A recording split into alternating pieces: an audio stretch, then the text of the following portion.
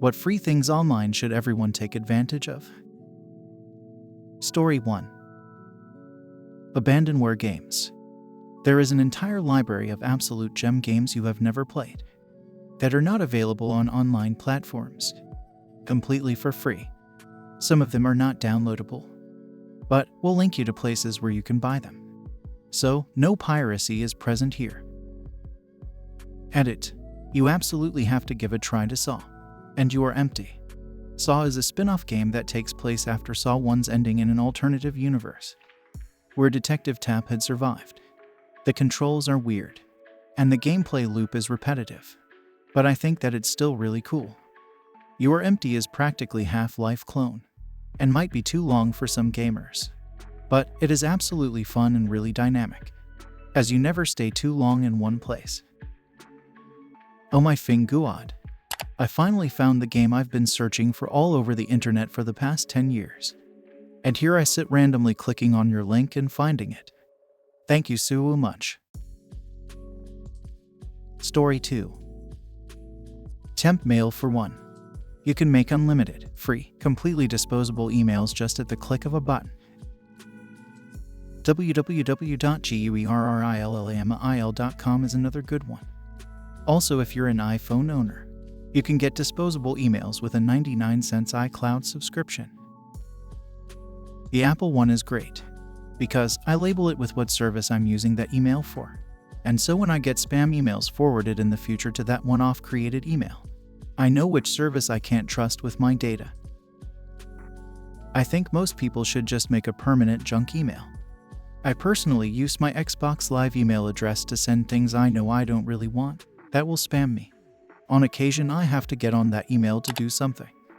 But it's great for signing up to store rewards programs and other crap. And I otherwise never log into it. But if I wanted to for some reason, I have the option to do so. And it's the same address as my personal email, just a different @ so not hard to remember. Story 3.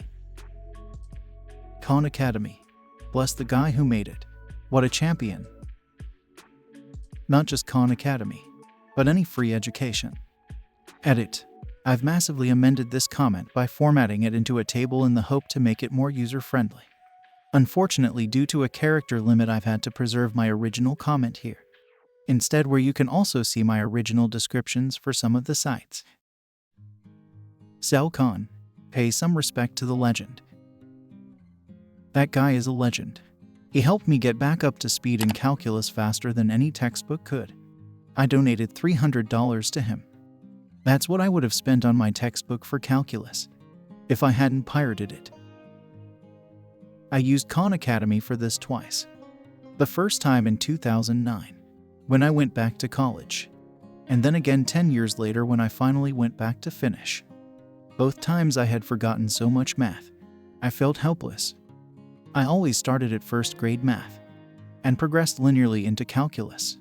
I could have started at like high school math, but something really satisfying about starting at counting bananas for some reason. Oh wow, I never heard of it before.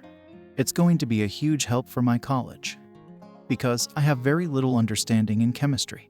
Well, thank you for sharing this. Story 4.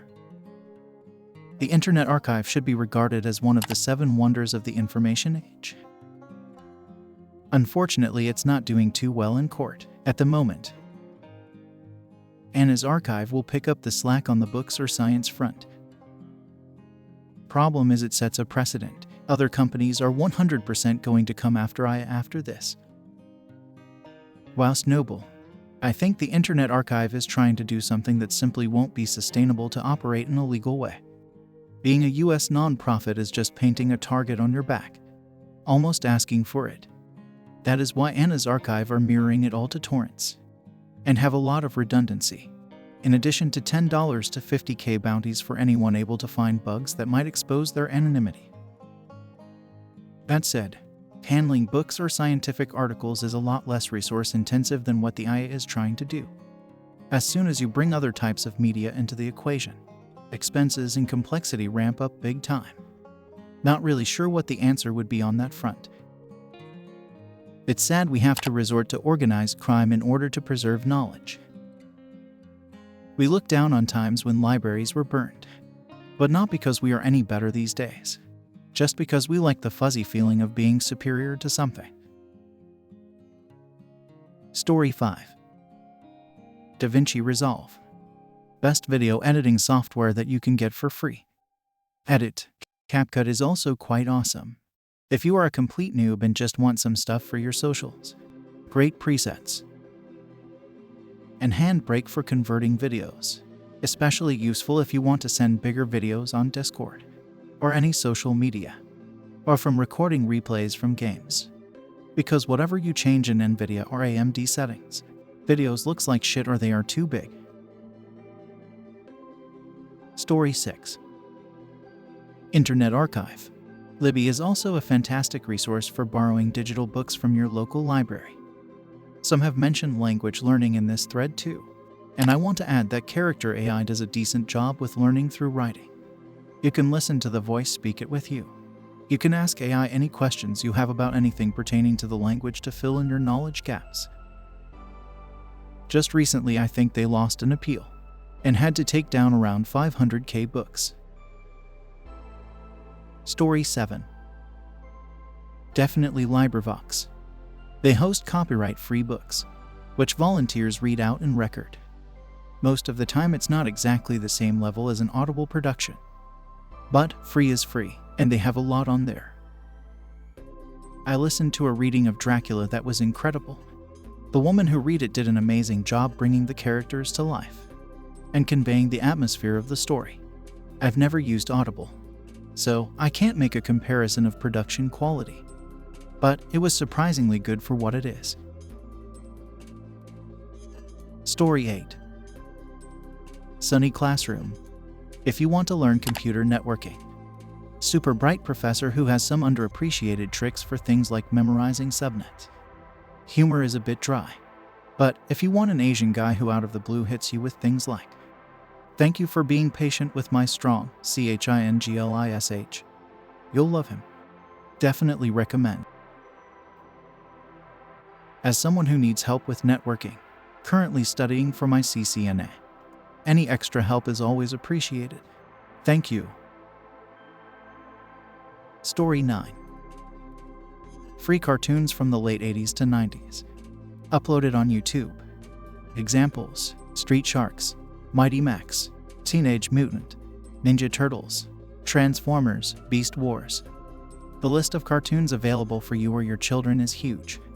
YouTube isn't just for Minecraft videos. It has an amazing selection of Saturday morning cartoons. Gonna leap onto this and just say Toonami Aftermath. It's a fan-run website that hosts OG Toonami programming. Even includes bumpers and the occasional commercials from the 90s to early 2000s. It has a chat along the side as well that you can jump into whenever, and a schedule that's updated occasionally with what's playing both on the East and West Coast. There's often parties that'll be hosted for different shows and whatnot. It really bops on the weekends and evenings. I love it for when I don't know what to watch and just want a healthy dose of nostalgia while I eat, or do something that doesn't need my full attention. Story 10. I try and post this every time it comes up. But if you're in the USA and you earn less than a certain amount of money, currently $79,000, you can use the same software you might otherwise do to file your federal taxes for free. The system is called Free File, and companies that sell you tax software are trying very hard to make it difficult to find.